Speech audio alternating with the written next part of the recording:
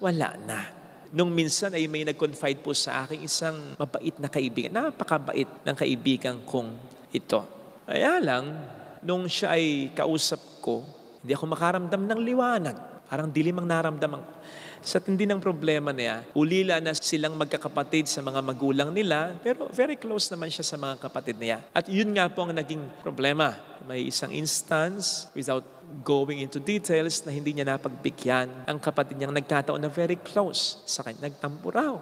Nagalit pa raw sa kanya. May mga nakarating pa raw sa kaniyang mga salita, kwento na hindi nagustuhan. So nasaktan siyang talaga. Lungkot na lungkot. Sabi niya, Father, nakawawala ng gana. Piruin mo yung mga naibigay mo pala, nagawa mong mabuti. Totoo yung sinasabi ng iba. Sa isang itla po pwedeng mawala. And I will not forget these words that she uttered. Father, ang hirap maging laging mabait. Because that's when I realized, ang hirap i-maintain yung sinag natin, yung liwanag natin, yung liwanag ng kabutihan natin.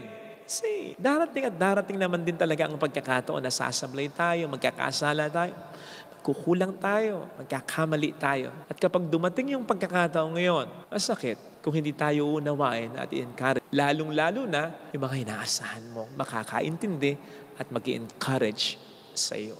Kamakailan po ay dumayo ang isang team natin, basketball team sa Dubai for the 33rd Dubai International Basketball Championship. At isa nga po sa nag-shine sa kupunan natin ay si Kevin Kembao, averaging 18 points, 4 rebounds, 3 assists per game. Consistent yon in all the 5 straight games, leading to the finals. Kaya nga po siya ang isa sa naging pangunahing dahilan, especially among our locals, kasi may mga imports tayong kasama. Pero siya ang leading scorer sa mga local, sa mga Pilipino, Kaya nakarating tayo sa finals. Very consistent. Laging maganda ang laro. Para nga pong import Yun nga lamang until finals came when he was held scoreless. Piruin nyo yun, sa lahat ng mga laro, consistent, kumakamada. Pero pagdating ng finals, walang na-score kahit isa. Kaya ang resulta, ayon, olats, talo tayo. Ginto na, naging bato pa. Nakalulungkot po talaga. Pero mas nakalulungkot yung mga negative comments ng ating mga kapwa pa-Pilipino kay Kevin Kembao. Overrated daw. Yung bang na-hype lang daw ng media, pinasikat lang daw ng media, pero hindi magaling talaga. Imagine that. Dahil sa isang off night yan, kahit pa, sabihin mo ng finals yan dahil sa isang off night lang, nakalimutan mo na ang maraming mga magandang ginawa niya.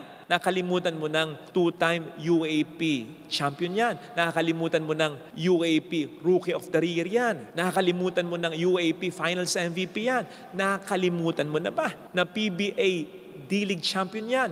PBA D-League MVP yan. And about this tournament, nakakalimutan